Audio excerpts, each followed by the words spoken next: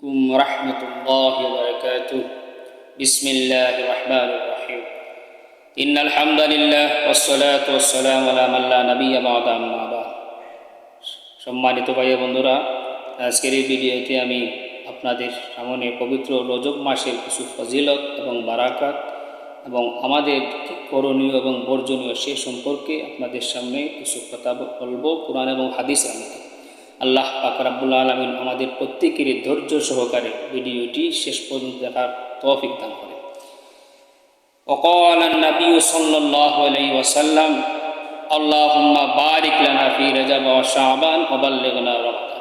নবী করিম সাল্লাল্লাহু আলাইহি ওয়াসাল্লাম যখনই রজব মাসের চাঁদ উদিত হতো তখনই আল্লাহর কাছে দোয়া করতেন যে আল্লাহুম্মা বারিক লানা ফি রজব ওয়া শাবান ওয়া বাল্লিগনা রমাদান। হায় আল্লাহ, রজব মাসের বারাকা আমাকে দান করো এবং রমজান মাসের এবং শাবানের ফজিলত দান করো এবং রমজান মাস পর্যন্ত আমার হায়াতকে বাড়াই দাও। আরেকটি দোয়া করতেন, যে দোয়া আমরা প্রত্যেক চাঁদ উদিত হওয়ার পরে আমরা নতুন চাঁদ দেখার পরেই দোয়াটা করি, এটা হলো সুন্নাহ।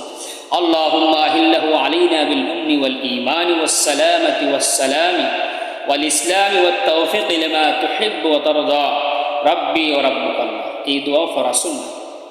তো রজব মাস আসার পরে আমাদের কি করণীয় এই সম্পর্কে পয়েন্ট নাম্বার 1 হলো, রজব মাস ইসলামের 4টি মাসের মধ্যে একটি অত্যন্ত গুরুত্বপূর্ণ মাস। কেননা আল্লাহ পাক রব্বুল আলামিন কোরআনের মধ্যে সেই মাস 12টি মাসের মধ্যে 4টি মাসকে সম্মানিত হিসেবে আখ্যায়িত করেছেন।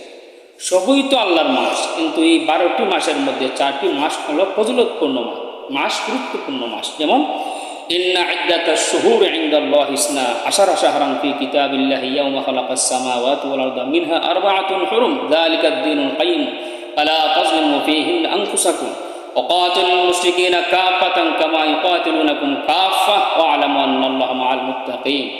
সেই 12টি মাসের মধ্যে 4টি মাস হলো ফজিলতপূর্ণ মাস। ধারাবাহিকভাবে জিলকদ, জিলহজ, মুহররম আর রজব, এই 4টি মাস, যে মাসের মধ্যে নবী করিম সাল্লাল্লাহু আলাইহি ওয়াসাল্লাম যুদ্ধ, কলহ, দাঙ্গা, হাঙ্গামা সমস্তকে নিষেধ করেছিলেন। 2 নম্বর হলো, রজব মাস আসার পরেই আল্লাহর কাছে বেশি বেশি ক্ষমা চাওয়া এবং ইস্তিগফার করা, তাহলে আল্লাহ পাক বান্দার গুনাহসমূহ মিটিয়ে দিবেন, মাফ করে দিবেন। 3 নম্বর পয়েন্ট হলো, রজব মাস আসার পরেই বেশি বেশি নফল নামাজ পড়া। নফল যদি আপনি আদায় করেন তাহলে আল্লাহর সান্নিধ্য, আল্লাহর নিকটবর্তী হওয়া যায়। নফল আদায় করার দ্বারা আল্লাহ পাক রব্বুল আলামিনের কাছে অত্যন্ত প্রিয়পাত্র হওয়া যায়। এজন্য বেশি বেশি নফল নামাজ পড়া আর তাহাজ্জুদের নামাজ পড়া, কোরআন তেলাওয়াত করা। কেননা কোরআন তেলাওয়াত, কোরআনের দিকে তাকাইলেই সওয়াব, তাকাইলেই নেকি। এজন্য একটা হরফ যখন কেউ পাঠ করবে তার আমলনামায় 10টি নেকি লিখে দেওয়া হবে। তাহলে আপনি এবং আমাদের উচিত বেশি বেশি কোরআন তেলাওয়াত করা। 4 নম্বর হলো নফল রোজা রাখা। নবী করিম সাল্লাল্লাহু আলাইহি ওয়াসাল্লাম বলেছেন, রজব মাসে যদি কোনো কেউ 7টি রোজা রাখে তাহলে জাহান্নামের 7টি দরজা বন্ধ করে দেওয়া হবে। সুবহানাল্লাহ। আর যদি কোনো ব্যক্তি 8টি রোজা রাখে তাহলে জান্নাতের 8টা দরজা খুলে দেওয়া হবে। সুবহানাল্লাহ। আর 5 নম্বর পয়েন্ট হলো, রজব মাস উদিত হওয়ার পরে বেশি বেশি দান সদকা করা এবং সূরাতুল ইখলাস বেশি বেশি তেলাওয়াত করা। সূরাতুল ইখলাস দ্বারা কি ফায়দা?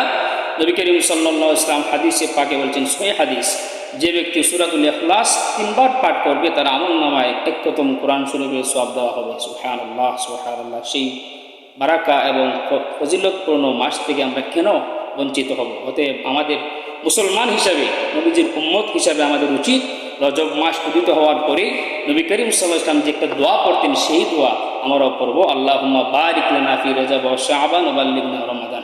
আরেকটা পয়েন্ট হলো, রজব মাস আসার পরেই আপনি শিরকি কাজ, বিদাতি কাজ থেকে নিজেকে দূরে রাখা, আল্লাহর কাছে তাওবা করা। আরেকটা হলো, নবী করিম সাল্লাল্লাহু আলাইহি ওয়াসাল্লাম হাদিসের মধ্যে উল্লেখ করেছেন যে রজব মাস হলো আল্লাহর মাস, সুবহানাল্লাহ। আর শাবান মাস হলো আমার মাস, অর্থাৎ নবীজির মাস। আর রমজান মাস হলো আমার বান্দা, আল্লাহর বান্দা তথা আমার উম্মতের মাস। সুবহানাল্লাহ। তিরমিজি শরীফের হাদিস।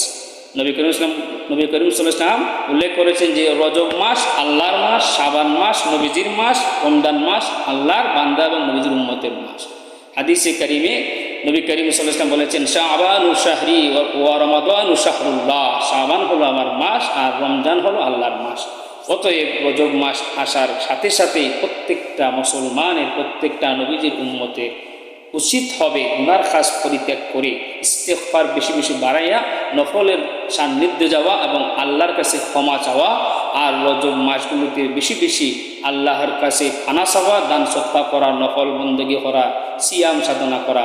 আমাদের প্রত্যেকটা মুমিন বান্দাকে, রসুলের উম্মতকে, প্রত্যেকটা নারী পুরুষ সবাইকে আল্লাহ পাক রব্বুল আলামিন পবিত্র রজব মাসের এই ফজিলত এবং বারাকা দান করুন এবং সবাই সুস্বাস্থ্য এবং দীর্ঘায়ু কামনা করে আমি আমার এখানেই সংক্ষিপ্ত ভিডিও শেষ করতেছি। সবাই ভালো থাকবেন, সুস্থ থাকবেন। খুদা হাফেজ। আসসালামু আলাইকুম রহমতুল্লাহ।